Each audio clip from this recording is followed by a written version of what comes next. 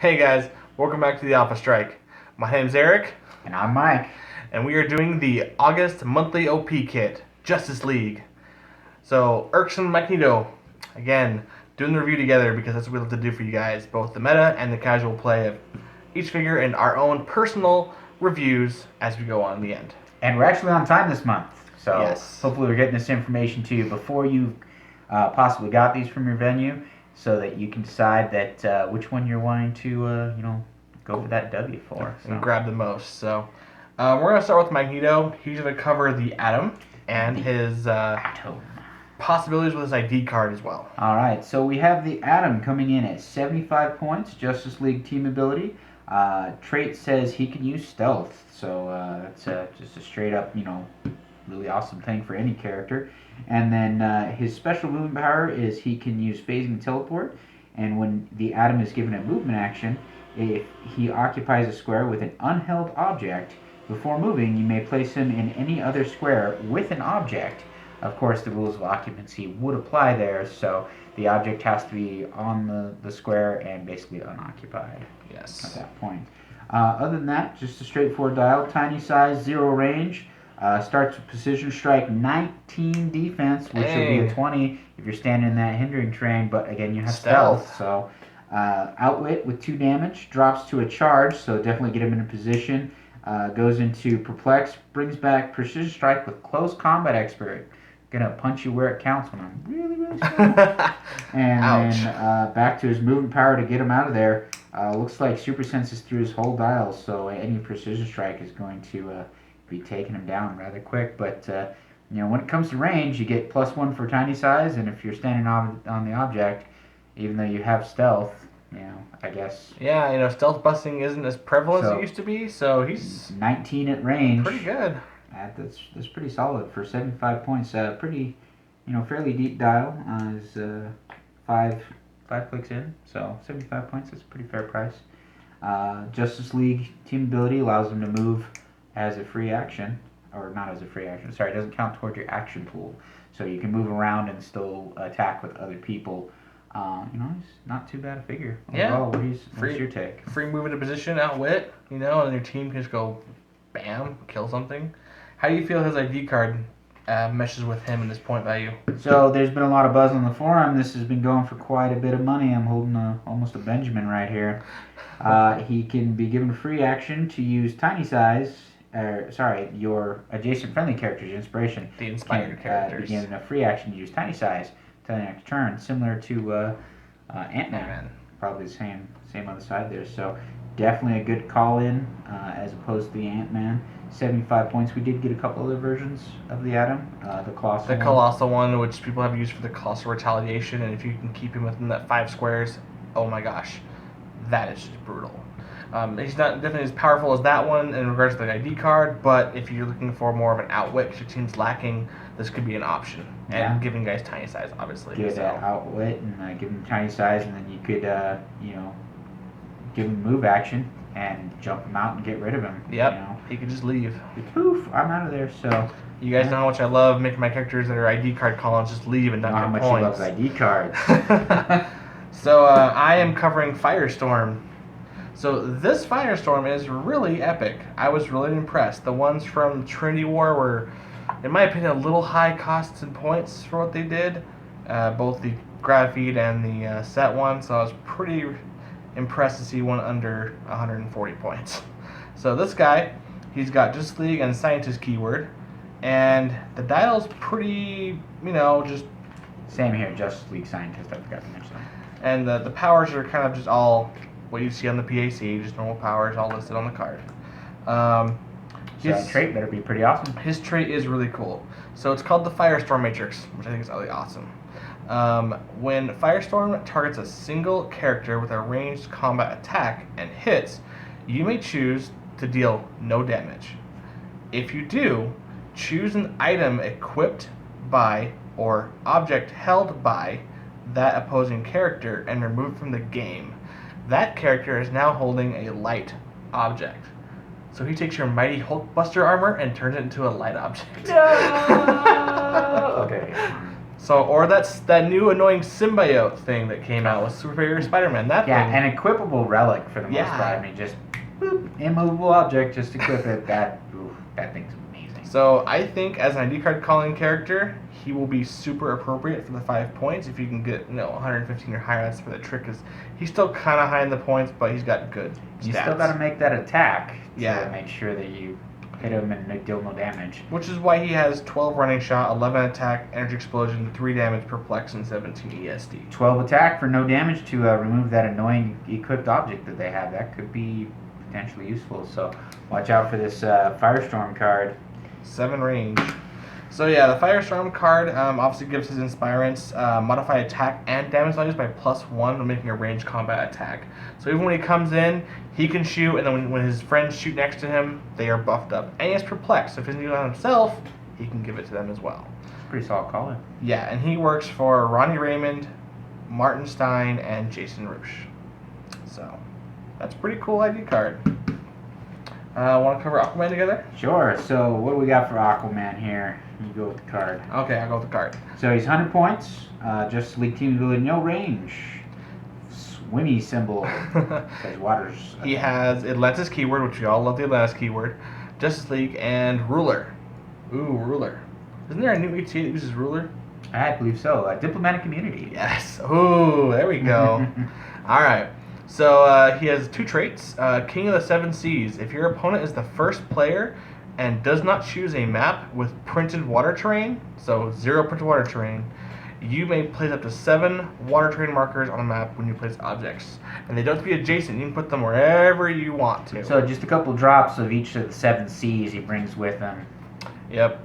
And then he also has a trait called a fish out of water.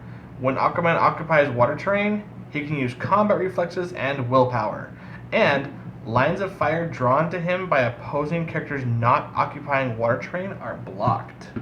Oh, can't even pulse wave me while I'm in water. That's pretty cool. Ooh, for 100 points, huh? Are you sure it's blocked though when it's drawn? No, Can't be drawn. Can't be drawn. It ignores that effect, but any lines of fire that are blocked, it's like you're surrounded with blocking terrain, which stops pulse wave. Okay, good to know, guys. Meta tip there. All right. So other than that, yeah, powers are he's got charge, sidestep, super strength, blades, typical Aquaman, and then invulnerable, toughness, and leadership because he's the Atlantean king. Pretty good. His ID card, if Mike wants to cover that with us. Well, let's look at his dial real quick. I'll let you take the ID Sure. card. That's your favorite. So it starts with charge, super strength, 11 attack, leadership, invulnerable. Carries that for a couple clicks, loses leadership, goes to sidestep, blades, claws, and toughness, and then KOs. Not a whole lot to look at there, but definitely a good solid attacker. I mean, 4 damage to super strength. You're looking at 100 points. That's 7 damage with an ultra heavy starting off 11 attack. That is nothing to shake a stick at. And then if I'm standing in one of those water squares, you can't see me, can't outwit me, can't unstealth me. Yeah. You just cannot. Pretty awesome. So his inspiration from the ID card gives the fish symbol, so it makes you guys swim, and you modify combat values by +1 when they occupy water. So Make that puddle of 7 squares somewhere where it's useful, and then bring people in and have them stand in the water with you. It's a pool party, everybody! unfortunately, he can't put the 7 markers down when he comes in because it's not the beginning of the turn or beginning of the game for him. It's when it has to be on your force to work. But you can play one of him and then call in a second one if you have one. That'd be interesting. Because he's not unique. So that's an option you guys can do too. But there's tons of figures out there who make water, like, I don't know, Hydro Man. He makes water trains from their set. And there's like Ocean Master from Trinity War and some other figures that make water. Full board of water. So just some options, guys. It's a pretty good idea to pick up as well. All right, well, let's rate these. Starting off with the Atom, just as a figure, I'll give him a 3. He's 75 points, definitely utilitarian, good solid iron defense, but I don't know necessarily that I personally would run him for 75. He's got his usage, but I think I can find something that does exactly what he does for less. I agree. A 3 for the figure. That's average. He's got a great defense, He does have the awesome outwit and super stealth kind of, so, and the ability to move the way he can. Like, to be able to move from one object to the other, that's insane mobility. So if they put their objects out there and you have yours on your side of the board, you can go, hey, whoop, outwit you, and then your guy can go shoot him or something like that. As far as the call-in, tiny size is definitely really underrated, and for 5 points, being able to pull in that utilitarian outwit with a really solid iron defense at range, I'm looking at a 4, straight up 4 for that. Yeah, Mike Neo said it all. A 4. The 5 points for outwit's never a bad price, honestly, and you get a figure with a really high defense. And if they do manage to kill him, yeah, they score 6 more points. But he has the power where if you put him on an object, if you can get that lined up perfectly, he can zip away to their object. So Firestorm, running shot, 12 movement, energy explosion, 2 bolts with perplex for 115 points. Moves into, just looking at it here with a little bit of regen. You know, just looking at his dial for 115 points, he seems like he would hold his own. I will give him a 4 as a figure just by himself. Much as I like Firestorm, I still think he's a little overcosted for being as vanilla as he is. I think a 3 is more fair, in my opinion. I may or may not play him. I think I'll play him more as an ID card call-in. The problem is, with the way the game is going, I'm not sure how many figures we would call him in at 115, because with the last set, a lot of those figures were 100 or less. So I don't know. Maybe Venom can call him in as a good rangy piece, because he's 125, but yeah, I think it's a figure 3. As an ID card call-in, what do you think? You know, as far as the meta classifications go, getting that attack bonus and being able to use them as a 5-point call-in to eliminate your opponent's wonderful toys, I'm going to give him a 5. Because being able to launch that with a 12 attack, sure, I'm not going to deal any damage, but whatever you had equipped is now gone for the rest of the game.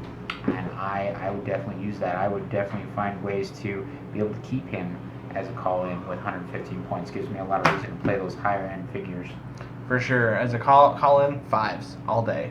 Like, you will want this as a figure on your force if you play in the ID cards. If you have a main attacker that's over 110 or 115 anyways, which you probably will on most 300-point teams, he will be that great just one turn. I need to get rid of that stupid weapon drop or that stupid symbiote thing you have on there.